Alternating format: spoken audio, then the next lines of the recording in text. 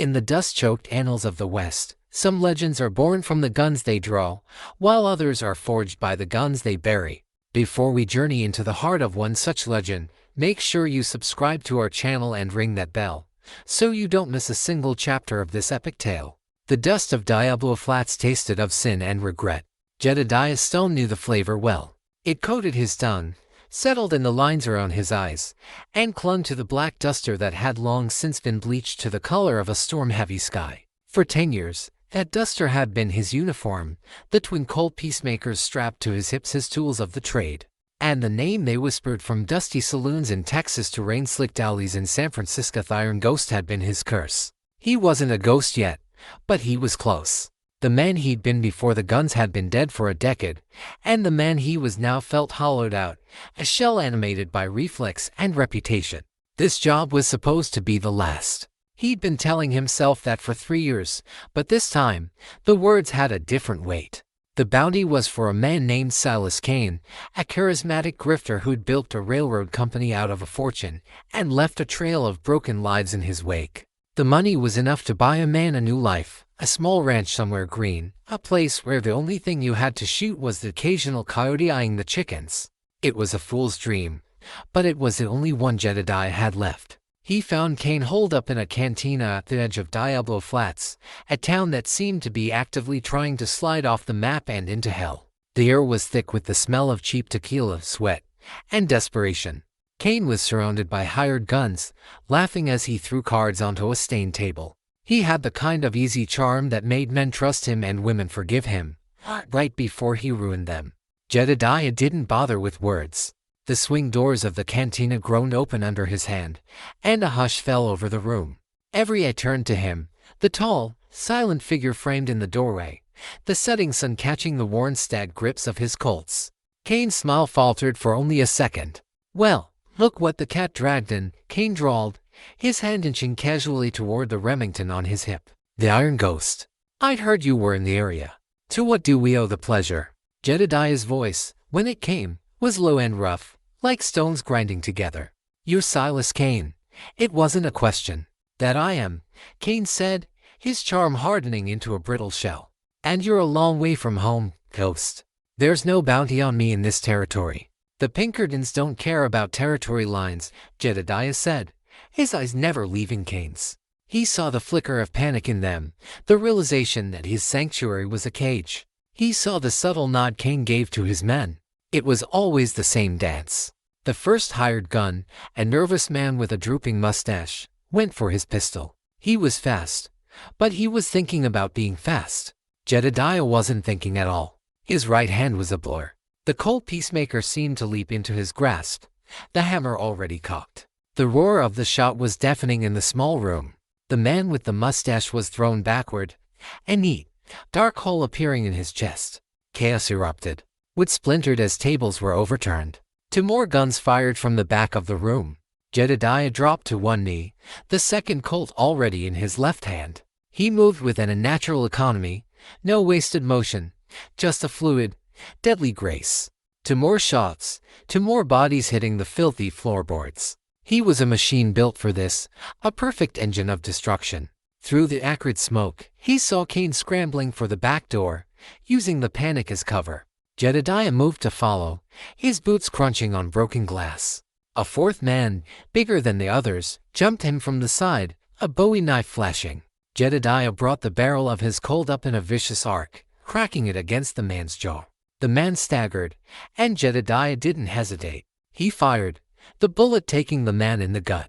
He was at the back door now, kicking it open into a sun-bleached alley. Kane was halfway down it, fumbling with the reins of a horse. He turned, his face a mask of terror, and fired his Remington wildly. The shot went high, chipping stone from the adobe wall beside Jedediah's head. Jedediah raised his Colt, the hammer clicking back with a sound that was more final than a judge's gavel. The setting sun glinted off the barrel. He had Kane dead to rights. It was over. And then he saw her. A woman, clutching a basket of laundry, had stepped out of a doorway just behind Kane. She couldn't have been more than 25, with dark hair and a simple cotton dress. For a frozen second, she just stood there, her eyes wide with a terror that had nothing to do with bounties or Pinkertons, but with the simple, primal fear of a world of violence crashing into her own. Cain saw her too. In a last, desperate act of self-preservation, he grabbed her, pulling her in front of him as a shield. "Stay back, ghost. I swear to God, I'll." But it wasn't Cain's threat that froze Jedediah. It was the small boy, no older than 5, who ran out of the doorway after the woman, his little face crumpled in fear. "Mama!" he cried. The world seemed to slow down. The boy's cry cut through the gunfire and the shouting, a pure, clean sound in a world of filth. Jedediah saw the boy's terrified eyes, and in them, he saw another boy, another lifetime ago, a memory he had buried under 1,000 miles and 100 bodies. Cain was fumbling, trying to control the struggling woman and aim his pistol at the same time. The barrel of his gun waved wildly. Jedediah knew he had a shot, a difficult one. He could thread the needle, hit Cain in the head, just over her shoulder. He'd made harder shots in his sleep. His finger tightened on the trigger. But for the first time in 10 years, he hesitated. The image of the boy's wide, innocent eyes flashed in his mind. What life would that boy have, watching his mother's captor's head explode a foot from her face? What kind of man would he become? His first real memory, one of blood and brains and the smell of gunpowder. The hesitation cost him. It cost everything. Cain's pistol, and its wild weaving, went off. The sound was flat, almost pathetic. The woman in his arms went rigid. A small, dark stain blossomed on the front of her simple dress. Her eyes, full of confusion and pain, met Jedediah's for a fleeting second before they glazed over. She slumped in Cain's arms, the laundry basket tumbling from her grasp, scattering clean-smelling linens across the filthy alley floor. The boy screamed. It was a sound of pure, world-ending agony. Something inside Jedediah broke. The cold, mechanical precision that had kept him alive for a decade shattered into a million pieces. All he could see was that small boy, watching his mother die. Cain, shocked at what he'd done, shoved the woman's body away and finally got his horse free. He scrambled into the saddle, kicking the animal into a gallop. Jedediah stood frozen, his gun still raised. He could have shot Cain. He could have put a bullet in his back a dozen times as he fled down the alley. It would have been easy. But the gun in his hand suddenly felt impossibly heavy, a dead weight, a cursed thing. He lowered it, the smoke coiling from the barrel like a departing soul. The boy was kneeling now beside his mother, his small hands patting her face, his cries turning into choked, desperate sobs. "Mama! Wake up, Mama!" The hired guns were dead. Cain was gone. The job was a failure. But none of that mattered. Jedediah walked slowly toward the boy, his boots leaving prints in the dust next to the scattered laundry. He knelt, his knees cracking. He didn't know what to say. The words for comfort were a language he'd long since forgotten. He reached out a hand, then pulled it back, looking at it. It was a killer's hand, stained with gunpowder and blood. It had no business touching anything so broken and innocent. The town marshal and his deputies finally arrived, drawn by the gunshots. They saw Jedediah, the notorious Iron Ghost, kneeling in the alley with a dead woman and a crying child, his smoking Colts held loosely in his hands. They saw the bodies inside the cantina. They drew the only conclusion they could. "Drop the guns, Ghost. Drop them now," the marshal yelled, his own pistol shaking slightly. Jedediah didn't even look at him. His eyes were fixed on the boy. He slowly, deliberately, and cocked the hammers on his Colts and placed them gently on the ground. He stood up, raising his empty hands. The weight of the guns was gone from his hips, but a new, heavier weight had settled in his soul. It was the weight of a boy's tears. It was the weight of a life he hadn't taken, but had caused to be lost all the same. They locked him up. He didn't resist. He sat on the cot in the small, stinking cell and stared at the stone wall. The Pinkerton agent arrived 2 days later, a prim man in a bowler hat who looked out of place in the dusty squalor of Diablo Flats. "You let him go, Stone," the agent said, his voice dripping with disappointment. "Silas Cain slipped right through your fingers. And a civilian casualty. It's a messy business." "The bounty," Jedediah said, his voice a dead rasp. "Give it to the boy. For his mother." The agent blinked. "That's highly irregular. The bounty is for the capture or kill of Cain." "I don't care," Jedediah said, looking the agent in the eye for the first time. The agent flinched. He saw something in those eyes he hadn't expected, not the cold emptiness of a killer, but the raging fire of a damned soul. Give the money to the boy's family. All of it. Or you'll be posting a bounty for me next. The threat hung in the air, unspoken but absolute. The agent, a man who dealt in risk assessment, made a quick calculation and nodded curtly. As you wish. They let him go the next morning. His guns were returned to him, along with his horse. He holstered the Colts, and the familiar weight felt alien, obscene. He rode out of Diablo Flats without a look back, leaving the blood money and the last piece of his old self behind. He rode for weeks, with no destination in mind. He rode through blasted deserts that gave way to rolling plains, then into the foothills of jagged, snow-capped mountains. He was running, not from the law, but from the sound of a boy's cry and the sight of a laundry basket spilling its clean contents into the dirt. One evening, as a cold, driving rain began to fall, he found himself at the mouth of a secluded valley. It was green, impossibly green, nestled between two great stone mesas like a secret paradise. A small creek, swollen with rain, cut through the valley floor. In the distance, he could see the faint, welcoming lights of a small town. A signpost, half-rotted and leaning, was just visible in the gloom. Serenity's Reach. The name was a bitter joke. Serenity was a country he'd never be allowed to enter. But his horse was exhausted, and he was soaked to the bone. He rode toward the lights. The town was small, quiet, and clean. A main street with a handful of sturdy-looking buildings, a general store, a hotel, a blacksmith, and a church whose steeple seemed to point the way out of the storm. He found the livery, paid the stable boy a silver dollar to rub down his horse, and took a room at the hotel. He didn't sleep. He sat by the window, watching the rain wash the street clean, and listened to the silence. There was no shouting, no honky-tonk piano, no gunshots. Just the steady drumming of the rain and the occasional distant rumble of thunder. The storm raged all night. In its fury, Jedediah felt a strange kinship. It was as if the sky itself was trying to wash something away, to purge itself of a great and terrible stain. He knew the feeling. Just before dawn, the storm broke. A pale, gray light filtered into the room. Jedediah stood up. He knew what he had to do. It was an idea that had been forming in the back of his mind for weeks, a desperate, insane prayer. He strapped on his gun belt, the leather cold and damp against his skin. He walked out of the hotel and saddled his horse. Instead of riding out of the valley, he rode toward a small grove of cottonwood trees near the creek, their leaves washed clean by the storm.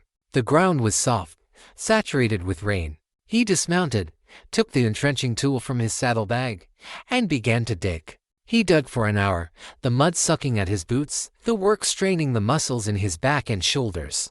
He dug a hole 3 feet deep, a narrow, rectangular grave. He didn't stop until his breath came in ragged gasps and the sun had begun to crest the eastern mesa, bathing the valley in a soft, golden light. He stood over the hole, his chest heaving. Then, with a slow, deliberate movement, he unbuckled his gun belt. He held it in his hands for a long moment. The twin Colt peacemakers, their metal gleaming, their stag grips worn smooth by his hand. They had been his only constant companions for 10 years. They had saved his life more times than he could count. They had ended the lives of 37 men. He thought of the weight of them, the perfect balance, the satisfying roar, the acrid smell of the smoke. They were a part of him. To get rid of them was to cut off a limb. He thought of the boy in Diablo Flats. With a choked sound that was half sob, half growl, he lowered the gun belt into the hole. It lay coiled at the bottom like a dead snake. He looked at it. This thing that had defined him, that had made him the Iron Ghost, that had cost him his soul. Then he began to fill the hole. He shoveled the wet earth back in, the mud covering the polished steel and worn leather. He worked with a feverish intensity, sweat beading on his forehead and mixing with the lingering raindrops on his face. When the hole was filled, he stomped the ground flat, packing it down until it was as hard and unforgiving as his own past. He took a large, flat river stone and placed it over the spot, an unmarked headstone for a man who wasn't dead, but wished he was. He stood there for a long time, his hands empty at his sides. He felt naked, vulnerable, a stranger in his own skin. The Iron Ghost was dead and buried, here in this quiet valley. All that was left was a man named Jedediah Stone. and he had no idea who that was supposed to be. He turned his back on the unmarked grave and walked toward the town, toward the smell of wood smoke and baking bread, toward the sound of a blacksmith's hammer ringing in the clean morning air. He walked toward Serenity's Reach, not knowing if it was a sanctuary or just another cage. But for the first time in 10 years, he was walking without the weight of a gun on his hip, and with the faintest, most terrifying flicker of something he had long ago given up for dead: hope. The morning air in Serenity's Reach was different. It didn't carry the scent of stale whiskey and fear like in Diablo Flats, or the metallic tang of blood that seemed to perpetually haunt the border towns. Here, it smelled of damp earth, pine from the high country, and the honest, hearty aroma of baking bread from a small house down the street. For Jedediah, a man whose senses had been honed to detect threats, this profound lack of menace was the most unnerving thing of all. He walked down the main street, his boots making soft thuds in the mud left by the storm. He was a stark figure against the backdrop of the quiet town, broad-shouldered, with a face that looked like it had been carved from granite and left out in the sun too long. His duster, even without the guns, marked him as an outsider, a drifter. He saw curtains twitch in windows and conversations falter as he passed. He was used to being watched, but this was different. It wasn't the wary assessment of a potential threat. It was the simple, undisguised curiosity reserved for a stray dog that had wandered into town. His first stop was the general store. A bell chimed as he opened the door, announcing his presence. The proprietor, a small, balding man with a pristine white apron, looked up from his ledger. His friendly smile froze on his face as he took in the sight of Jedediah. "Morning," the man said, his voice a little tight. "Help you with something?" Jedediah felt a familiar awkwardness. In his old life, his needs were simple: bullets, beans, whiskey, a new rope. He would state his business, pay his coin, and leave. Here, the currency of conversation felt foreign. "Looking for work," Jedediah said. The words felt strange on his tongue, like a language he hadn't spoken in years. The proprietor, a Mr. Abernathy, according to the sign over the counter, visibly relaxed. A man looking for work was far less threatening than a man looking for trouble. "Work, eh? Well, can't say there's a whole lot. Most folks here run their own spreads." "What can you do?" What could he do? He could track a man across 100 miles of desert. He could draw and fire a Colt in less than a heartbeat. He could kill a man at 200 yards with a rifle. He could survive on lizards and rainwater. None of those skills were fit for a town named Serenity. "I can work," Jedediah said simply. "Hard." Mr. Abernathy stroked his chin. Not much call for general labor. But you could talk to Ben Carter, the blacksmith. His last apprentice ran off to try his luck in the silver mines. Ben's getting on in years, and his back ain't what it used to be. Could probably use a strong arm to swing a hammer and work the bellows. Shop's at the end of the street. Can't miss it. Jedediah nodded his thanks, bought a small loaf of the bread he'd smelled earlier, and left. The bread was still warm. He broke off a piece as he walked. It was simple, honest food. It tasted like a life he'd never known. The blacksmith shop was an open-fronted building of dark wood and stone, smelling of coal smoke, hot iron, and horse. The rhythmic clang-clang-clang of a hammer on an anvil was the town's heartbeat.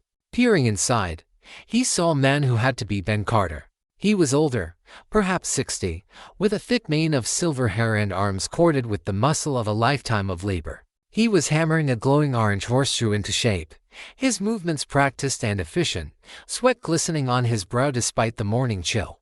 Jedediah waited until the man had finished the piece, plunging it into a slack tub with a great hiss of steam. Ben Carter turned, wiping his face with a rag, and saw Jedediah standing in the shadows. He didn't startle. He simply looked Jedediah up and down, his gaze sharp and intelligent. "Lost your horse?" Ben asked, his voice a gravelly baritone. "No, sir," Jedediah said. "Mr. Abernathy at the general store said you might be in need of a hand." Ben picked up another piece of iron with a pair of tongs and placed it in the forge, then began to work the long handle of the bellows. The coals glowed with a fierce, renewed life. "Abernathy talks too much." Last boy had couldn't tell a swage block from a hearty hole. Thought swinging a hammer was all fun and games till he got his first blister. "What makes you think you're any different?" "I don't get blisters," Jedediah said.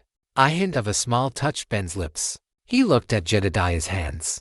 They were calloused and scarred, a roadmap of a hard life. That a fact. Let's see. Take that sledge. See that busted wagon wheel over there? I need the iron tire knocked off it. Don't break the spokes. It was a test. A simple, brutal test of strength and control. The sledgehammer was heavy, its weight familiar in a distant way, like a memory of a different kind of tool. Jedediah hefted it onto his shoulder, walked over to the wheel, and took his stance. He didn't just swing wildly. He watched the wheel, felt the balance of the hammer, and brought it down with a controlled, powerful blow right next to one of the rivets. The sound was a deep, resonant thump that echoed through the shop. He struck it again and again, working his way around the rim with a steady, punishing rhythm. The iron tire, old and rusted, groaned in protest. Within 10 minutes, with a final, precise strike, it popped loose and clattered to the dirt floor. The wooden spokes were all intact. Jedediah stood breathing evenly, the sledge resting on his shoulder. Ben Carter had stopped working the bellows and was just watching, an unreadable expression on his face. He walked over, inspected the wheel, then looked at Jedediah again. "You've swung a hammer before," Ben stated. "Once or twice," Jedediah replied. "You can start tomorrow. Dawn. I'll pay you $1 a day plus a room in the loft and 2 meals. You'll earn every damn cent." "What's your name?" "Jed," he said, omitting the last name that was tied to his reputation. "Just Jed." It felt clean. "All right, Jed. I'm Ben. Don't be late." And that was it. No more questions. No prying into his past. Just a simple transaction based on a man's ability to do the work. It was more acceptance than Jedediah had known in a decade. The next morning, Jed was there before the sun. Life fell into a new rhythm, dictated not by the hunt for a man, but by the needs of the forge. His days were filled with the roar of the fire, the sweat of honest labor, and the satisfying ache of muscles pushed to their limit. He learned to mend plows, shoe horses, weld broken tools, and temper steel. He was a good student because he was a quiet one. He watched Ben's hands, memorized the colors of the heated metal from cherry red to straw yellow, one learned the language of the steel as it sang under his hammer. He rarely spoke, and the townspeople slowly grew accustomed to the silent, hulking figure working at the forge. They saw his strength, his tireless work ethic, and the quiet way he handled the most skittish of horses. The fear he had first inspired slowly, imperceptibly, began to transform into a kind of reserved respect. He was Jed, the blacksmith's helper. Nothing more. It was 2 weeks into his new life that he truly met Alara. He'd seen her before, a young woman with warm, intelligent eyes and hair the color of rich earth, who brought her father his lunch each day. She was Ben's daughter. Their interactions had been limited to a polite nod from her and a grunt from him. One sweltering afternoon, as Jed was wrestling with a particularly stubborn piece of iron, she approached him, a tin cup of water in her hand. "You look like you could use this," she said, her voice gentle but clear. He stopped, his chest heaving, sweat dripping from his chin. He took the cup, his rough, grimy hand dwarfing hers. "Thank you, ma'am." He drank the entire cup in one long draught. The water was cool and clean. "I'm Alara," she said, not moving away as he expected. "You're Jed. My father says you're the best help he's ever had. Says you work like a man possessed." Jedediah just handed the cup back. "The work is honest. Is that what you were looking for?" "Honest work?" she asked, her gaze direct, curious. It wasn't prying, just interested. She saw him not as a tool or a threat, but as a person. "Yes, ma'am," he said. "My father says you never talk about where you're from." "Nothing worth talking about." She smiled, a small, knowing smile that made her eyes crinkle at the corners. "Sometimes the things we don't talk about are the most important. I'm the town school teacher. I spend my days trying to get children to talk. I've learned that silence has its own stories." He didn't know what to say to that. No one had ever spoken to him that way. They either feared him, wanted to hire him, or wanted to kill him.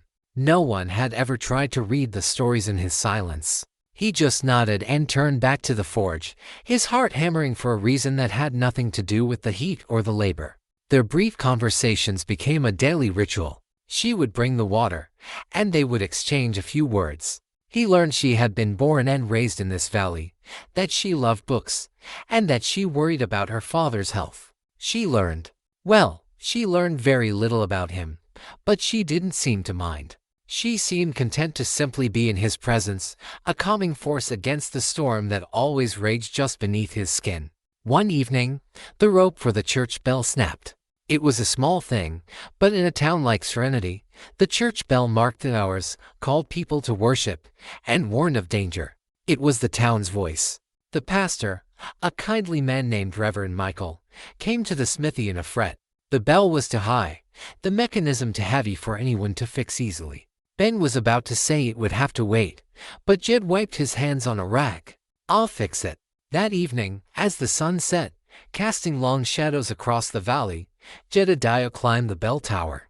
Alara stood below, watching, holding a lantern. He moved with the quiet confidence of a man at home in high, dangerous places. He reset the heavy bell, re-threaded a new, stronger rope through the pulley system Ben had forged, and secured it. When he was done, he stood in the belfry, looking out over the valley. From up here, he could see the whole town, the neat little houses with smoke curling from their chimneys, the patchwork of farms and ranches spreading out into the green expanse, the creek glinting like a silver ribbon in the twilight.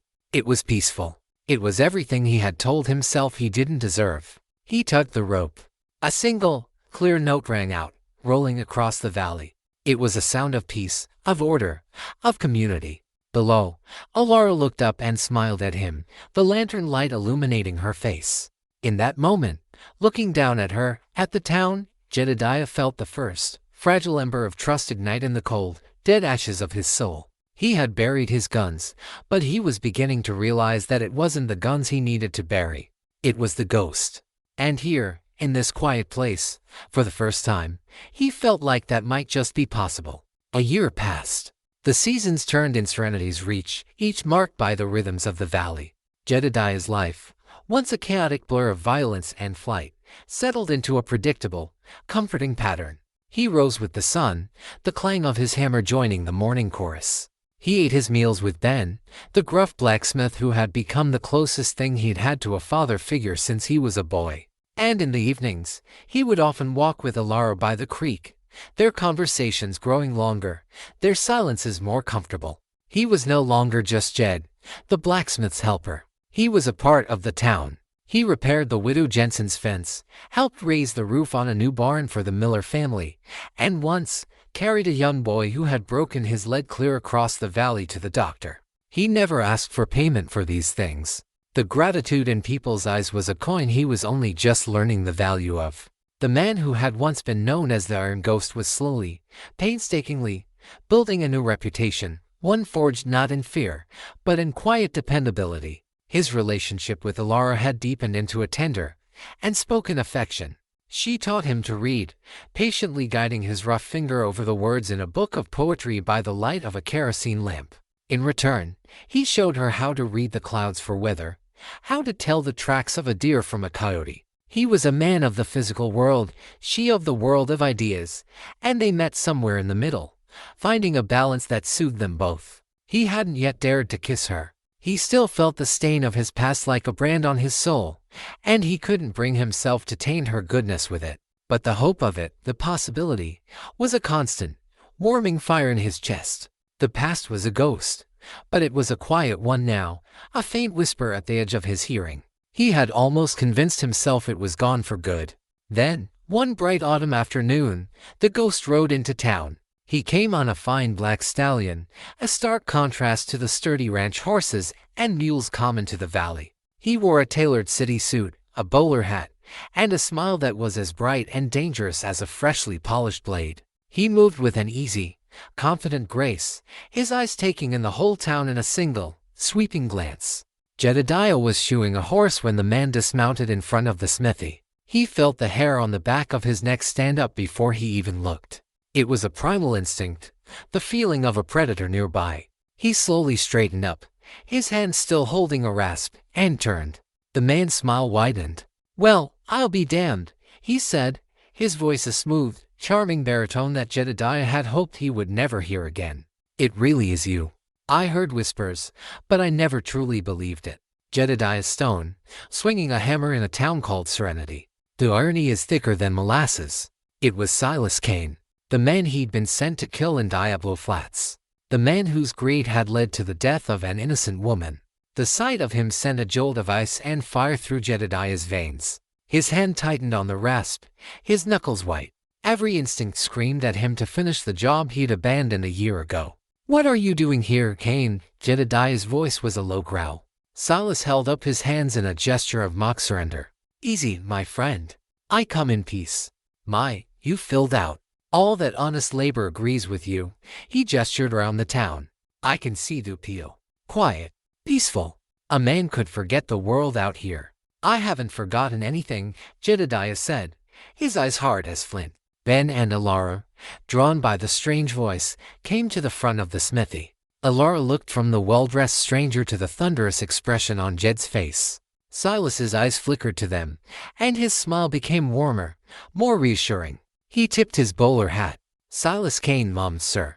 An old associate of Jed's." Ben grunted, his eyes narrowed in suspicion. Alara offered a tentative smile. "It's a pleasure to meet any friend of Jed's." "Friend might be too strong a word," Silas said with a chuckle. "We were partners, of a sort. A long time ago, in a different life." He turned his attention back to Jedediah. "I need to talk to you. Alone. It's important." Jedediah hesitated. His first impulse was to run Silas out of town on a rail. But he saw the curiosity in Alara's eyes, the questions forming. He didn't want to bring violence into his new life. He gave a curt nod and led Silas to a stack of lumber behind the smithy, away from prying ears. "You've got 5 minutes to explain why I shouldn't break you in half," Jedediah said, his voice lethal. Silas's charming demeanor dropped, replaced by a weary seriousness. "Jed, what happened in Diablo Flats? I never meant for that woman to get hurt. It was an accident, a terrible, tragic accident. And when you disappeared, it changed me." Jedediah stared at him, his face an impassive mask. "I kept going for a few more months," Silas continued, his voice earnest. "Running, always looking over my shoulder. But that woman's face, that kid, it haunted me. And I kept thinking about you. You just walked away. You dropped it all. I realized you were the smart one. This life we were living, it's a snake eating its own tail. There's no end to it but a grave." "Get to the point, Silas." "The point is, I'm done. I cashed in my chips, paid off my debts, and I've been looking for a place like this. A place to start over. And then I heard a rumor about a giant of a man, quiet as the grave, working as a blacksmith in a hidden valley. I had to see if it was you." He leaned forward, his eyes gleaming with an idea. "Jed, we were the best. You with your skills, and me with my head for business. We were unstoppable. We just aimed ourselves at the wrong targets." "There is no we," Jedediah said flatly. "Hear me out," Silas insisted. "This valley is a paradise, but it's isolated. Getting goods in and out is hard. The big freight companies charge a fortune and take their sweet time. But a small, independent freighting company, based right here, one that's reliable, fast, and secure, it would be the lifeblood of this community. We could help this town prosper and build something real for ourselves in the process. Something legitimate. Stone and Kane freighting. Think of it." Jedediah turned away, shaking his head. "I don't want it. I'm done with all that." "Done with what?" "With being smart. With being capable," Silas pressed, his voice dropping to a persuasive whisper. "I'm not talking about guns and bounties, Jed. I'm talking about wagons and contracts. I'll handle the business, the books, the customers. All I need from you is your reputation." No one would dare try to rob a wagon train if they knew Jedediah Stone was guarding it. "We wouldn't even need to draw a gun. Your name alone is worth more than a dozen armed guards." It was a seductive argument. The thought of using his past, the very thing he was trying to escape, to protect this town instead of preying on others, was a strange and powerful idea. He could build a future, provide for. He glanced toward the smithy, where he could see Alara's silhouette. "The past is dead, Silas," he said, more to convince himself than the man in front of him. "Then let's build a future." Silas clapped him on the shoulder. "Look, I'm not asking for an answer now. I'm taking a room at the hotel. I'll stay a week. Let the idea settle. Ask your friends here what they think. See if they wouldn't like a better way to get their goods to market. We could be heroes here, Jed. Not ghosts. Silas left him then, walking back down the main street with the confident stride of a man who had already won. Jedediah stood by the lumber pile for a long time, his mind a maelstrom of conflict. Silas was a snake, a charmer who used words as weapons. He knew that. But what if he was telling the truth? What if he really had changed? People could change, couldn't they? Wasn't he himself proof of that? That evening, he told Ben and Elara about the offer, leaving out the more violent details of his history with Silas. Ben, ever the pragmatist, spat into the dirt. A man like that, all smiles and fancy clothes, I don't trust him. But he's not wrong. Getting our steel to the railhead is a nightmare. A reliable freight line would change everything for this valley. Elara was more optimistic. He said he wants to start over, she said softly, looking at Jed. Everyone deserves a second chance, don't they? If he's truly your friend, and you believe he wants to do good, maybe this is a way for you to build something of your own. Something for your future. Her words hit him harder than any bullet ever had. A future. It was what he desperately wanted, what he dreamed of in the quiet moments before sleep. A life with her, in this valley. Silas Kane was offering him a path to it, a way to use the man he had been to become the man he wanted to be. For the rest of the week, Silas was the perfect gentleman. He charmed Mr. Abernathy, bought drinks for the ranchers at the small saloon, and spoke eloquently about his vision for the valley's prosperity. He made his proposal sound not like a business, but like a promise. On the last day, Jedediah found him by the creek, sipping stones across the water. "You're a convincing son of a bitch, I'll give you that," Jedediah said. Silas turned, a genuine look of hope on his face. "So, is that a yes?" Jedediah thought of Elara's belief in second chances. He thought of Ben's pragmatic needs. He thought of the future he so desperately craved. He was tired of being a helper, of living in the loft of another man's shop. He wanted something of his own. Maybe, just maybe, this was the way. "I have conditions," Jedediah said. "Everything is legitimate. No shortcuts, no shady deals. We operate within the law, and your past stays buried. You bring any of that trouble here, and I'll end you. I won't hesitate this time." Silas Kane broke into a wide, triumphant grin. He extended his hand. "Jedediah, you have my word. We're going to be respectable businessmen, partners." Jedediah looked at the outstretched hand, the same hand that had pulled a woman into the path of a bullet. He hesitated for a long second, a cold knot of dread in his stomach. But then he looked past Silas, toward the town, toward the schoolhouse where Elara would be finishing her day, and he forced the feeling down. He took Silas's hand and shook it. The grip was firm, the palm smooth. The partnership was sealed. As they walked back to town, Silas talking excitedly about buying wagons and hiring drivers, Jedediah couldn't shake the feeling that he hadn't just agreed to build a future. He felt like he had just opened the door to his carefully constructed sanctuary and invited the devil himself inside. The founding of the Stone and Cane Freighting Company sent a ripple of optimism through Serenity's reach. It was more than just a new business, it was a sign that the valley was connecting to the wider world on its own terms. Silas, with his easy charm and knack for numbers, secured contracts and managed the finances. He was the face of the company, the man who could talk a skeptical rancher into trusting them with his wool and persuade a distant supplier to give them a line of credit. Jedediah was its spine. He was the one who planned the routes, vetting every canyon pass and river crossing for potential ambush points. He hired the drivers, choosing steady, reliable family men over hardened gunslingers. And on the first few crucial runs, he rode shotgun himself, a silent, imposing figure on his big gelding. His presence alone was a deterrent. Word spread quickly among the lowlifes who preyed on the territories. The wagons from Serenity's reach were under the protection of a ghost, and they were not to be touched. The company thrived. Soon, 2 large wagons grew to 4, then 6.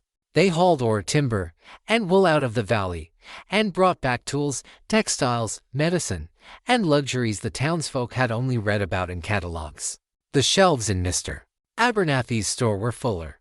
The ranchers got better prices for their goods. The town was prosperous, and the name Stone and Cane was spoken with respect. Jedediah and Silas worked well together, a perfect union of their opposing natures. Silas was the visionary, always looking for the next opportunity, the next contract. Jedediah was the foundation, methodical and cautious, ensuring that every part of the operation was solid and secure. In the evenings, they would sometimes share a bottle of whiskey in the small office they built, going over routes and ledgers. In those moments, Jedediah almost allowed himself to believe that Silas had truly changed, that this partnership was real. But the true measure of Jedediah's new life wasn't in the ledgers or the wagons. It was in the quiet moments with Alara. With the success of the company, he was no longer just a blacksmith's helper. He was a pillar of the community, a man building a future. The final barrier in his own mind began to crumble. One evening, they were sitting on the porch of the Carter's house, watching the fireflies begin their nightly dance. He had been trying to read a passage from one of her books, stumbling over the longer words. She gently took the book from his hands. "You protect this whole valley, Jed," she said softly. "You build things, you make things work, but you still see yourself as the man you were before." "That man is always there," he murmured, his voice rough with an emotion he rarely showed. "Maybe," she said, her fingers lightly touching the back of his calloused hand. "But he's not the only one. I see the man who fixed the church bell, the man who is patient with my father's temper, the man who is trying so hard to learn how to read poetry." She turned to face him fully, her eyes searching his. "That's the man I see. That's the man I." She trailed off, a faint blush on her cheeks. He knew this was the moment. The fear was still there, the feeling of unworthiness, the ghost whispering that he would only bring her pain. But the hope, the fierce, burning hope that she represented, was finally stronger. He leaned in and gently, hesitantly, pressed his lips to hers. It was not a kiss of passion or demand, but one of reverence. It was a question and an answer, a promise and a prayer. When they broke apart, the silence between them was filled with a new and profound understanding. The last wall around Jedediah's heart had been breached. A few months later, Jedediah and Silas stood on a piece of land just outside of town, a gentle slope that overlooked the entire valley. They had pooled their profits and bought it. "This is it," Silas said, sweeping his arm in an arc. "The Stone and Cane Ranch. A home base. A place to put down roots. A proper barn for the freight horses, a bunkhouse for the drivers, and up here, a house. A real house." The idea took root in Jedediah's mind. A home. A house that he had built with his own two hands. He drew up the plans with Ben's help, designing a simple, sturdy structure of stone and timber, with a wide porch that would face the sunrise. The construction of the ranch house became a town affair. Jedediah, with his immense strength, did most of the heavy lifting, setting the foundation stones and raising the massive timber beams. Silas, surprisingly, threw himself into the work as well, hammering nails and sawing planks with an enthusiasm that seemed genuine. The drivers and other townsfolk would often come by to lend a hand, turning the construction into a community project, a symbol of the prosperity the company had brought them. As the house took shape, so did Jedediah's future. He and Alara would walk up to the site in the evenings, and he would describe his plans for each room. This would be the kitchen, with a big window looking out at the mountains. This would be the parlor, with a fireplace built from river stones. And this would be their room. He asked her to marry him one evening as they stood within the timber frame of the unfinished house, the skeleton of their future home surrounding them. He didn't have a ring. He simply took her hand and said, "I want to build a life with you, Alara, right here, if you'll have me." Her joyful, tearful yes was the sound of his new life finally, truly, beginning. The day they finished the roof was a day of celebration. Silas brought up 2 bottles of fine whiskey, and the 4 of them, Jed, Alara, Ben, and Silas stood on the new porch, watching the sun dip below the mesas. The scent of fresh-cut pine filled the air.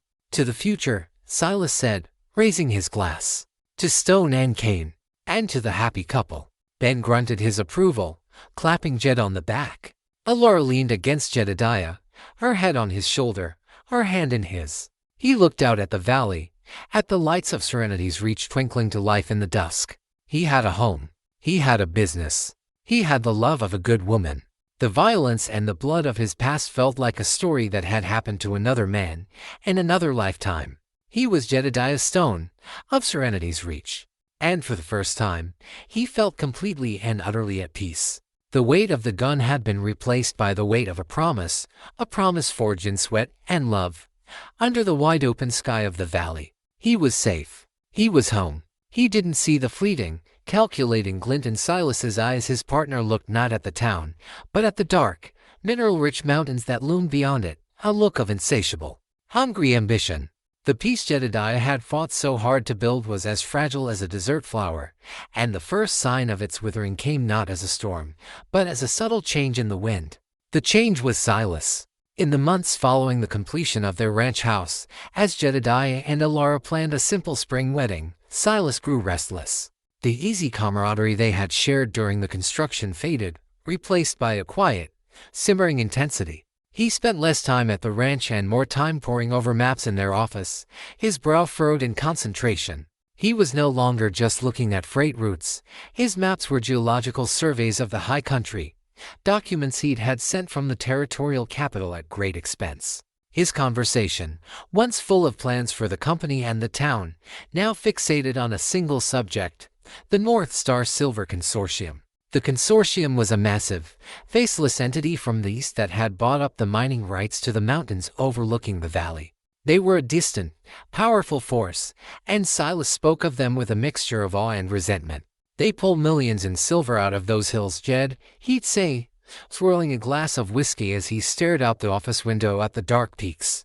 They ship it east on their own armored rail cars. They don't hire locals. They don't spend their money here. They bleed this land dry and give nothing back. We're building our lives on crumbs while they feast on a banquet. Jedediah, content with the life he had, found the talk unsettling.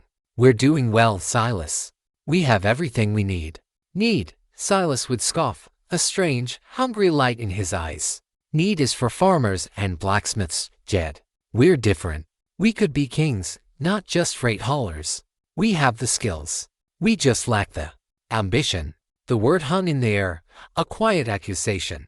Silas began taking long rides by himself, disappearing for a full day or more into the high country near the consortium's territory. He'd return covered in dust, his horse exhausted, offering vague explanations about scouting new timber stands or hunting. But Jedediah, whose senses were still honed by a decade of reading men, knew he was lying. The first concrete evidence of trouble came one afternoon when Jedediah was riding the North Trail, checking on a section of road that had been washed out by early rains. From a ridge, he saw two figures on horseback meeting in a secluded aspen grove below. One was Silas. The other two were men Jedediah had never seen before, but he recognized their kind instantly. They had the hard, watchful eyes and the low-slung gun belts of professional hard cases, the sort of men who haunted the saloons of towns like Diablo Flats. They were not timber scouts or ranchers. They were vultures. Jedediah watched from a distance as Silas passed them a small leather pouch and a folded piece of paper. The conversation was brief and tense. When the two strangers rode away, heading east, out of the valley, Silas remained for a long time, staring up at the mountains. That night, Jedediah confronted him. They were in the new barn, the air thick with the smell of hay and horses. I saw you today, Silas. On the North Trail. Silas didn't flinch. He continued brushing down his black stallion, his movements calm and deliberate. Business, Jed. Exploring a new opportunity. Some investors looking to buy land up there. They looked like killers, not investors, Jedediah said, his voice dangerously low. Silas finally stopped and turned, a patronizing smile on his face. You're still fighting the old war, aren't you? You see a man wearing a gun and you assume the worst. The world is built by men who aren't afraid to get their hands dirty, Jed. We should know that better than anyone. We made a promise, Jedediah growled. No shady deals. No trouble. This isn't trouble, it's progress. Silas's voice rose, his frustration boiling over. My God, Jed, look at you. You're content to shoe horses and plan a wedding. You buried your guns, and you buried the men you were along with them. That man, the Iron Ghost, he was a force of nature. He took what he wanted. He wasn't afraid. I'm just trying to use a little of that same spirit to build us a real future, an empire, not just a cozy little life. The mention of his old name was like a physical blow. You leave that name in the ground, Jedediah said, stepping forward, his shadow falling over Silas. For a moment, the charm vanished from Silas's face, replaced by a cold, reptilian stillness. It was the face Jedediah remembered from the cantina in Diablo Flats. "Or what?" Silas whispered. "You'll stop me." "How?" "You're a blacksmith now. A pillar of the community. You have a fiancé. You have everything to lose. I'm just trying to make sure we never lose it." The argument left Jedediah shaken and confused. Silas had twisted his words, making his own contentment seem like a weakness, a failure. He had used Jedediah's new life, the very thing he cherished, as a weapon against him. He spoke to Alara about it that night, unable to hide his unease. "He's planning something," Jedediah told her. "Something that will break the peace here." Alara, ever the believer in the good of people, placed a comforting hand on his arm. "He's ambitious, Jed. Maybe he's just dreaming bigger than we are. You've been partners for a long time. You have to trust him. Don't let the ghosts of your past make you doubt the friend who is right here with you." He wanted to believe her. He wanted it so badly. The alternative was too terrible to contemplate. To admit that Silas was a snake would be to admit that the entire foundation of his new life company, the ranch, the prosperity was built on a lie. It would mean that he had brought the serpent into his own Eden. So, he made a choice. He chose to trust. He pushed his instincts down, silencing the old ghosts that screamed warnings in his head. He focused on his wedding, on the house, on Alara's smile. He chose to believe in the promise of Serenity's reach, even as the whispers on the wind grew into the low, ominous rumble of an approaching storm. Deep in the jagged hills, miles from the watchful eyes of Serenity's reach, Silas Kane made his pact. His partner was a man whose name was spoken in hushed, fearful tones across the territory, Marcus Thorne. Thorne was not a common outlaw. He was a former cavalry officer, court-martialed for brutality, who had taken his tactical skills and applied them to a life of organized crime. He was intelligent, disciplined, and utterly without mercy. His gang was a small, loyal army of killers. They met in a box canyon, the granite walls amplifying the tension. Thorne, a man with a scarred face and dead, gray eyes, listened without expression as Silas laid out his proposal. "The North Star Consortium runs a silver shipment on the last Friday of every month," Silas explained, his voice echoing slightly in the canyon. "They use a heavily guarded wagon to move the refined bullion from the mine down to a secret rail spur 20 miles east of the valley. It's considered impenetrable." "Nothing is impenetrable," Thorne said, his voice flat and cold. "Exactly," Silas agreed, a feverish excitement in his eyes. "They have outriders, a lead guard wagon, and a follow wagon. At least 20 men, all armed with Henry rifles. A frontal assault would be suicide. But they have one vulnerability: they are arrogant. They believe no one is smart enough or bold enough to hit them." "And you are?" Thorne asked, a hint of disdain in his tone. "I am," Silas said confidently, "because I have the key. The shipment's route takes it past the old southern pass, not 3 miles from Serenity. The road is narrow there. A rock slide, perfectly timed, could block their path, trap the wagons. My men," he gestured to the 2 hard cases Jedediah had seen him with, "have been scouting it for weeks. They know the exact spot." Thorne remained silent, his gaze unwavering.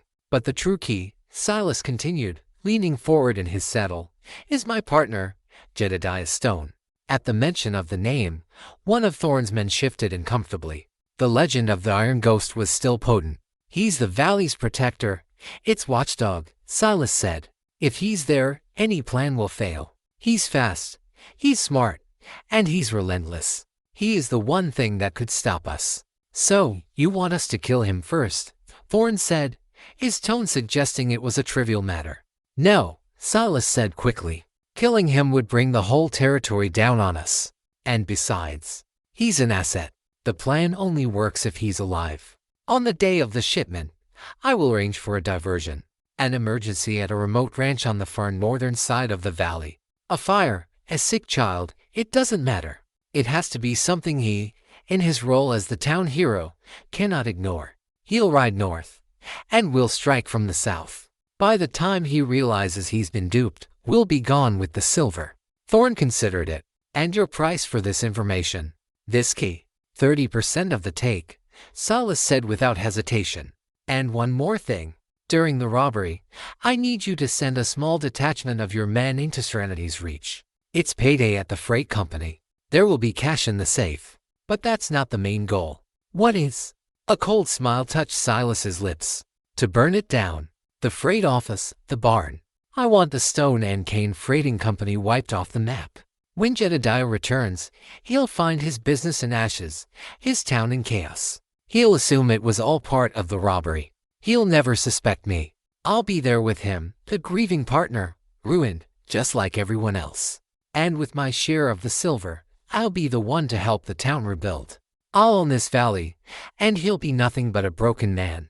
The sheer, calculated cruelty of the plan was breathtaking. It wasn't just about greed, it was about utter annihilation. Silas didn't just want to be rich, he wanted to destroy Jedediah, to erase the very life that stood as a monument to his own abandoned conscience. Thorne was silent for a long minute. He saw the genius in it, the layers of deception.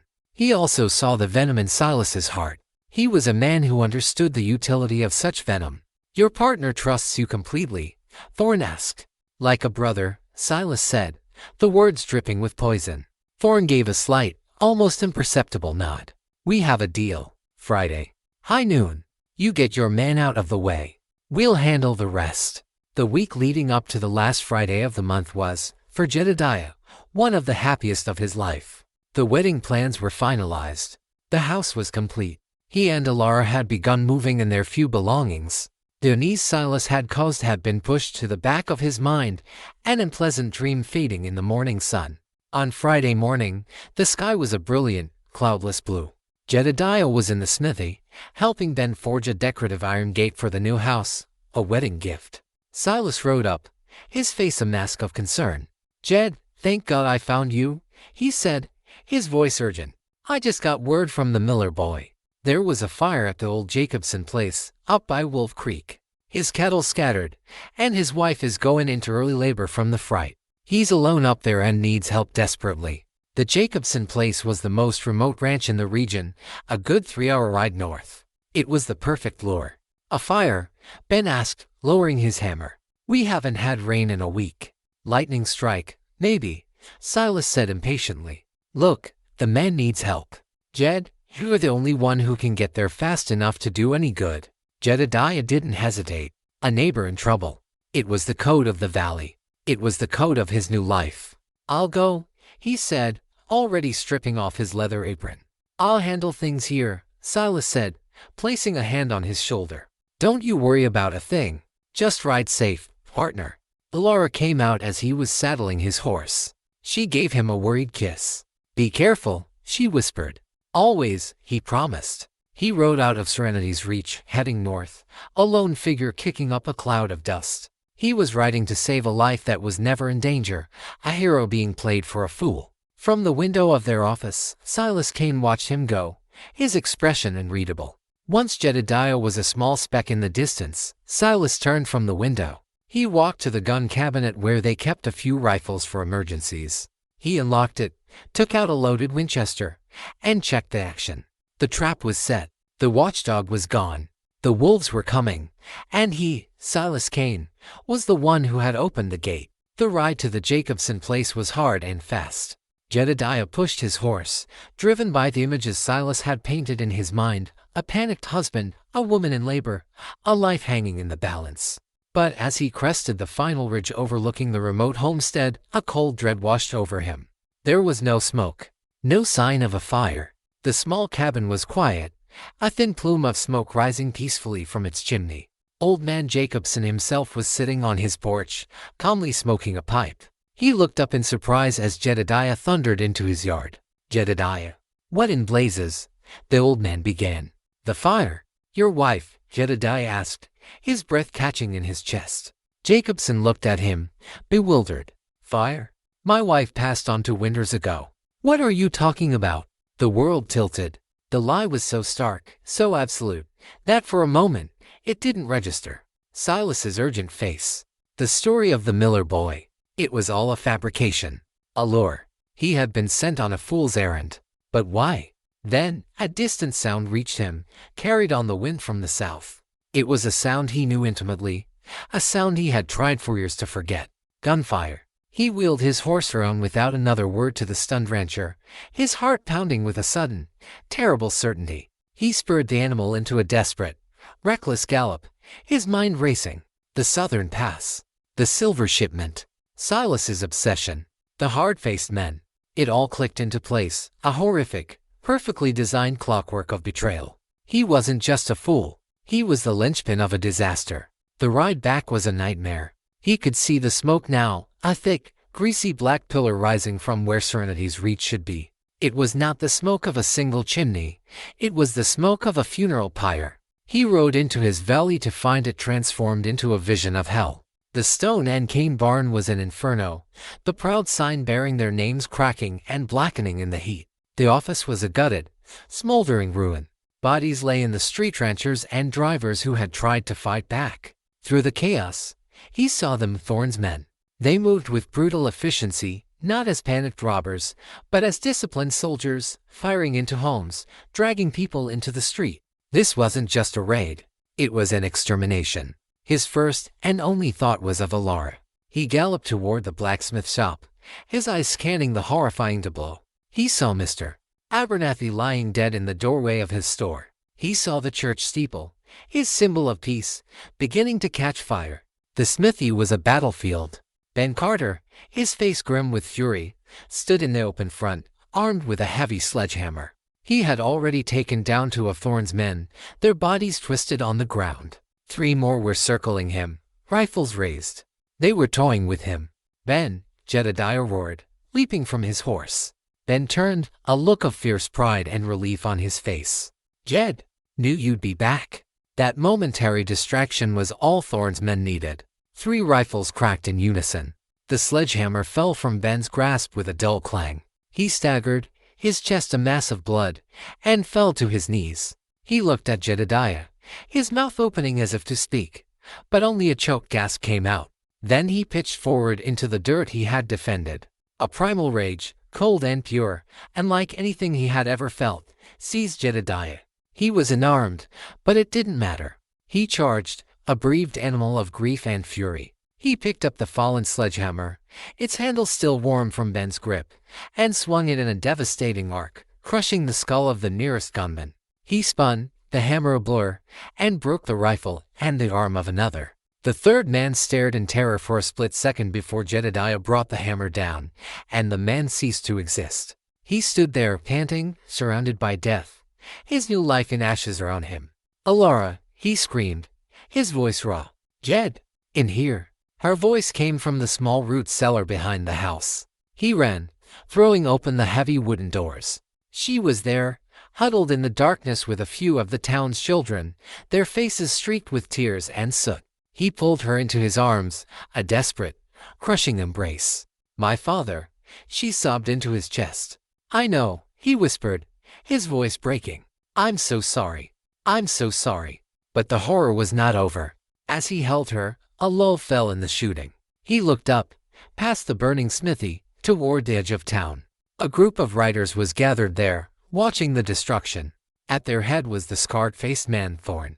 And next to him, sitting calmly on his black stallion, was Silas Kane. He was not a captive. He was not a victim. He was watching the town burn, watching the body of the man who had welcomed him lie in the street, with a look of cold, satisfied appraisal. Their eyes met across the field of fire and death. In that instant, Jedediah saw the full, monstrous depth of the betrayal. Silas saw him, saw Laura in his arms, and a flicker of a smile touched his lips. He had not just stolen silver. He had stolen Jedediah's soul, and now he was showing him the empty space where it used to be. Thorne gave a signal, and his men began to pull back, their work done. They rode away, a disciplined column of ghosts, leaving only destruction in their wake. Silas gave one last look at Jedediah, a look of ultimate triumph, before turning his horse and disappearing with them into the smoke. Jedediah helped Alara from the cellar. She saw her father's body and a cry of pure anguish was torn from her throat. Jedediah could only stand there, his hands clenched into fists, the world dissolving into a haze of smoke and pain. The fire had cleansed him of everything, of hope, of peace, of love. All that was left was a hollow, echoing emptiness, and in that void, a single, cold thought began to crystallize: vengeance. The hours after the massacre were a silent, waking nightmare. The survivors emerged from their hiding places like ghosts from a tomb, their faces blank with shock. The fires burned themselves out, leaving behind the skeletal remains of homes and businesses. The only sounds were the soft weeping of the bereaved and the whisper of the wind through the charred timbers. Jedediah moved through it all like a man already dead. He helped carry the bodies, including Ben's, to the church, which had been mercifully saved from the worst of the flames. He worked mechanically, his strength a resource for the broken community, but his spirit had retreated to a place no one could reach. He did not speak. He did not eat. He just worked, his face a mask of stone. Alara, her own grief a raw, open wound, tried to reach him.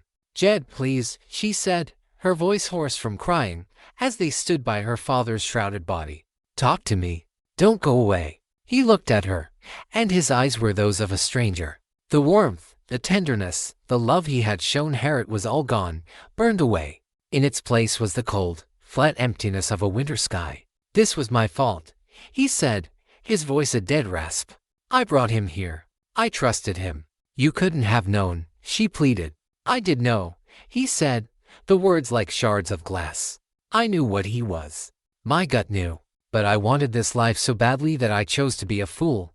He gently touched her cheek, a final, heartbreakingly tender gesture. "He took everything, Alara. Our home, your father, our future. There's nothing left to build with here." He turned and walked away, his purpose a cold, hard stone in his gut. He walked past the ruins of their ranch house, the symbol of their dream now just a blackened skeleton against the sky. He walked past the weeping survivors. He walked through the ashes of his new life, his boots leaving prints in the soot, and did not look back. His path led him to the grove of cottonwood trees by the creek. The place felt different now. It was no longer a place of hopeful beginnings, but a place of grim necessity. The river stone he had placed as a marker was still there. He kicked it aside. He had no shovel. He began to dig with his bare hands.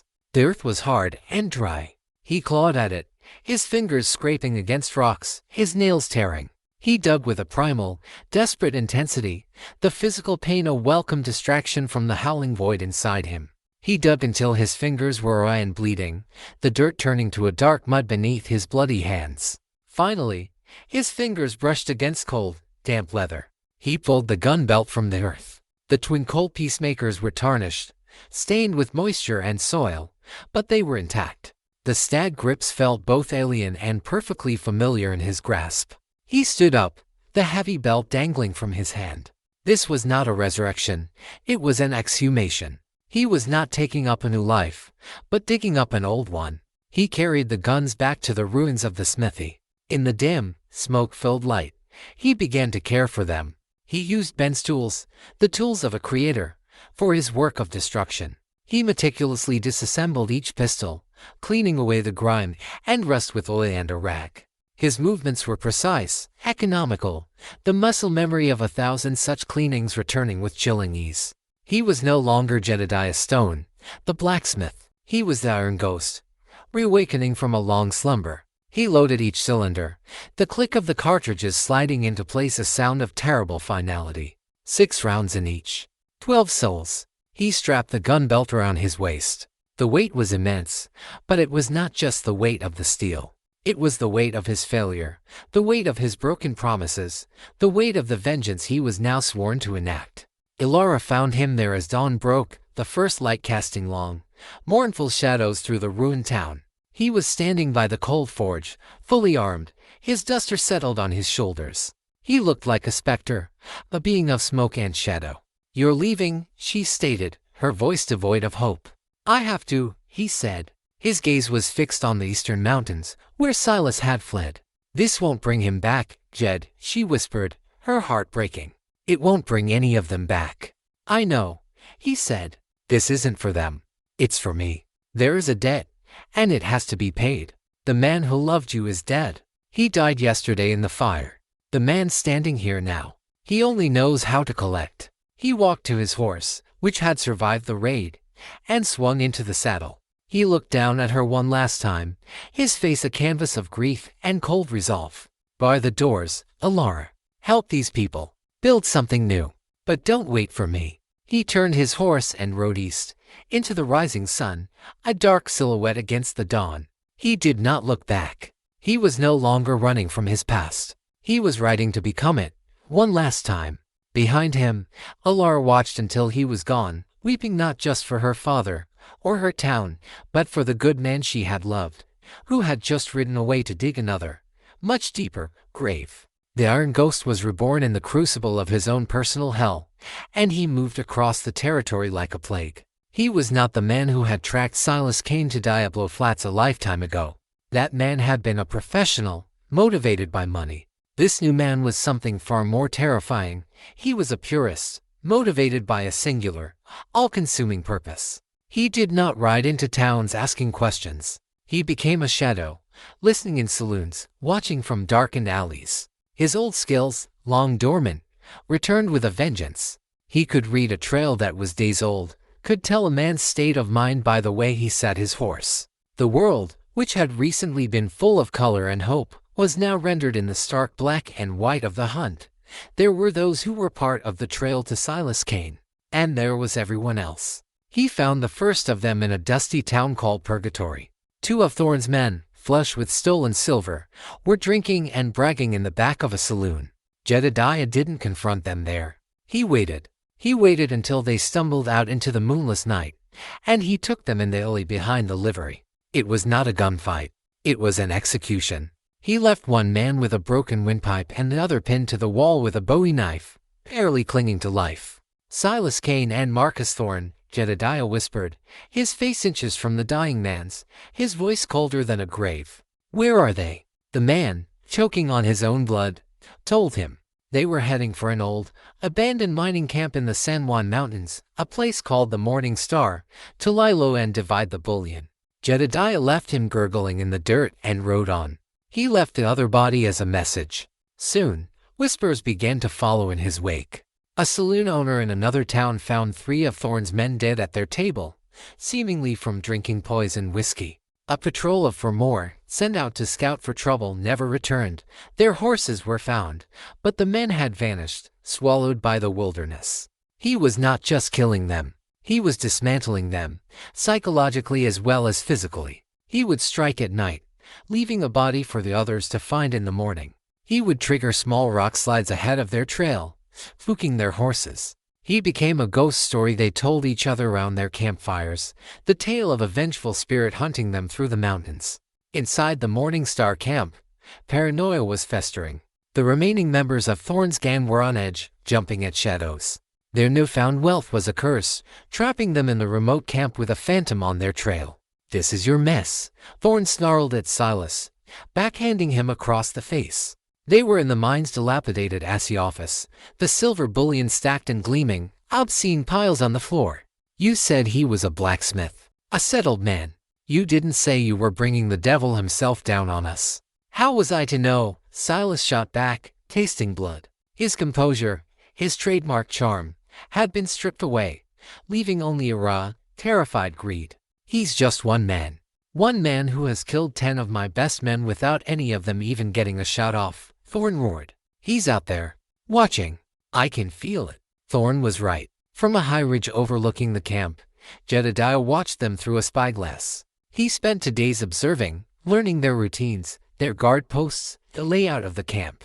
He was patient. He was methodical. He was death waiting for the opportune moment. The moment came on the 3rd night, during a freezing rainstorm that turned the camp into a sea of mud and misery. Under the cover of the howling wind and drumming rain, he slipped past the single, shivering sentry at the edge of camp. He moved from building to building, a silent, rain-slicked shadow.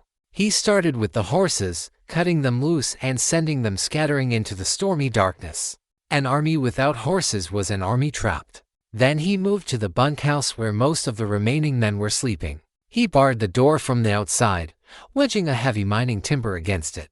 Then he took a barrel of kerosene from the lamp filling station, smashed it against the building's side, and tossed a single match. The dry timber, soaked in oil, went up with a roar. The screams from inside were horrifying. Men woke to a fiery trap, their escape cut off. A few managed to break through the windows, only to be met by the cold, precise fire of Jedediah's Colts. He stood in the rain, his duster whipping around him, and gunned them down without passion as they emerged from the inferno. He was no longer a man, he was a reckoning. The blaze drew Thorne, Silas, and the last few guards out of the SE office. They saw the bunkhouse engulfed in flames, saw the dark figure standing in the rain, and they knew the ghost had finally come for them. "Spread out. Find cover," Thorne bellowed, his military discipline taking over. He and his remaining men opened fire, their gunshots loud and frantic against the storm. Jedediah melted back into the shadows of the mining equipment, the rain washing the soot from his face. The hunt was over. The battle for the soul of Serenity's Reach, and for his own, was about to be fought here, in this forgotten graveyard of greed. The abandoned Morning Star mine became a shooting gallery from hell. Rain lashed down, turning the ground into a treacherous slurry of mud and rock. The burning bunkhouse cast a flickering, demonic light over the scene, creating dancing shadows that made every rock and piece of rusted machinery look like a threat. Jedediah moved through the chaos with a chilling purpose. He used the environment that Thorne's men only saw as an obstacle. He slipped into the blacksmith's sheet, a ghostly echo of his former life, and used the dark gaps between the timbers as firing ports, picking off one of the gunmen who was foolishly silhouetted against the fire. Thorne, for all his brutality, was a soldier. "He's flanking us. Rodriguez, to the west." "Silas, you useless bastard, give me covering fire," he yelled, trying to rally his terrified men. Silas, crouched behind a stack of rotting timbers, was fumbling to reload his Remington, his hands shaking uncontrollably. The charismatic mastermind was gone, replaced by a terrified man who could see his ill-gotten empire crumbling into bloody mud. He fired wildly into the darkness, the shots going nowhere near Jedediah. Jedediah ignored him. Silas was the prize, but Thorne was the threat. He circled around behind the giant, skeletal headframe of the main mineshaft. Thorne and his last man were using the SE office for cover. Jedediah climbed the slick, wet ladder of the headframe, positioning himself above them. He was a spider in its web. He waited for a flash of lightning to illuminate the ground below. When it came, he saw them. He fired twice. The shots were so close together they sounded like one. Thorne's last man dropped without a sound. The second shot ripped through Thorne's shoulder, spinning him around and causing him to cry out in pain and rage. Thorne staggered out from behind the office, clutching his shoulder, his face a mask of fury. "Show yourself, you coward. Face me like a man." Jedediah dropped from the headframe, landing softly in the mud behind him. "I'm not a man," he said, his voice a low whisper that cut through the storm. "I'm what you and Silas created." Thorne spun around, firing his pistol, but Jedediah was already moving. He fired his Colt from the hip. The bullet struck Thorne square in the chest, throwing him backward against the wall of the SE office. He slid down into the mud, his dead eyes staring up at the rain-filled sky. Silence fell, broken only by the crackle of the fire and the drumming of the rain. The battle was over. Only 2 men were left standing. Jedediah walked slowly into the open, his Colts held loosely at his sides. Silas scrambled out from behind the timbers, his face pale, his fine suit ruined. He held up his hands, the Remington now lying in the mud. "Jed, wait. We can still fix this," he pleaded, his old charm returning in a desperate, pathetic flood. It was Thorne. "He made me do it. He was going to kill me if I didn't help him. The silver is all here. We can take it, you and I. We can disappear, start over somewhere new, just like we planned. Partners." Jedediah stopped 10 paces away, his face unreadable. "You burned a home, Silas." "It was just buildings. Wood and stone," Silas cried, his voice cracking. "We can build bigger, better. Why would you throw everything away for a pile of dirt and a blacksmith's daughter? I was offering you an empire.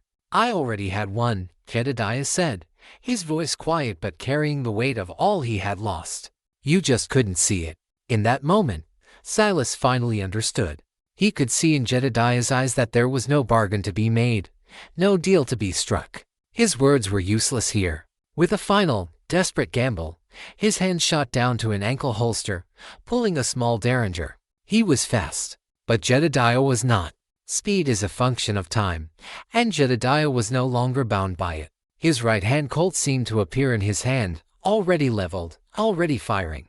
The roar of the peacemaker was the final word in their long and bloody conversation. Silas jerked backward, a small, dark hole appearing on the pristine white of his shirt front. He looked down at it in disbelief, then back up at Jedediah. "But I won," he whispered, a confused, broken sound. Then he collapsed face first into the mud, his ambition and his life bleeding out into the storm. Jedediah stood over the body of the man who had been his partner, his friend, his betrayer. He felt nothing. No victory. No satisfaction. The rage that had fueled him had burned out, leaving only a cold, silent ash. The cleansing fire had consumed him, too. He gathered the silver, loading it onto two pack mules. He rode back to Serenity's Reach, a journey that felt infinitely longer than the one he had taken leaving it. The town was already beginning to heal. Under Alara's guidance, the survivors were clearing debris, patching roofs, and burying their dead. He found her at the newly dug graveyard, standing before two graves, her father's, and one for him, marked with a simple wooden cross that read, Jedediah Stone. He unloaded the silver, stacking the heavy bars near the church. "This belongs to the town," he said, his voice sounding rusty and unused. "To rebuild." Alara looked at him, her eyes full of a profound sadness. She saw the man who had left, but the ghost was wearing his skin now. The warmth was gone forever. "And you?" she asked softly. "Will you stay?" He looked from the silver to the graves, then to the ruins of their house on the hill. "The man you were going to marry is in that grave," he said. "The one who is standing here. He doesn't know how to build. He only knows how to tear things down. He has no place here anymore." He didn't say goodbye. He simply mounted his horse and rode west, away from the rising sun, away from the life he had briefly touched. Weeks later, high in a remote mountain pass, in a place of stark and lonely beauty where no one would ever think to look, he stopped. He dismounted and, for the last time, he began to dig. He placed the twin cold peacemakers in the hole, the instruments of his damnation and his redemption. He covered them over, sealing them in the earth. He had buried his guns twice. The first time to bury a ghost and find a life. The second time to bury a man and accept his fate as a ghost. He mounted his horse and rode on, a solitary, nameless figure disappearing into the vast, indifferent landscape, leaving behind nothing but a legend, whispered in a quiet valley, of the man who had come looking for peace and had found only the courage to enforce its terrible, bloody price.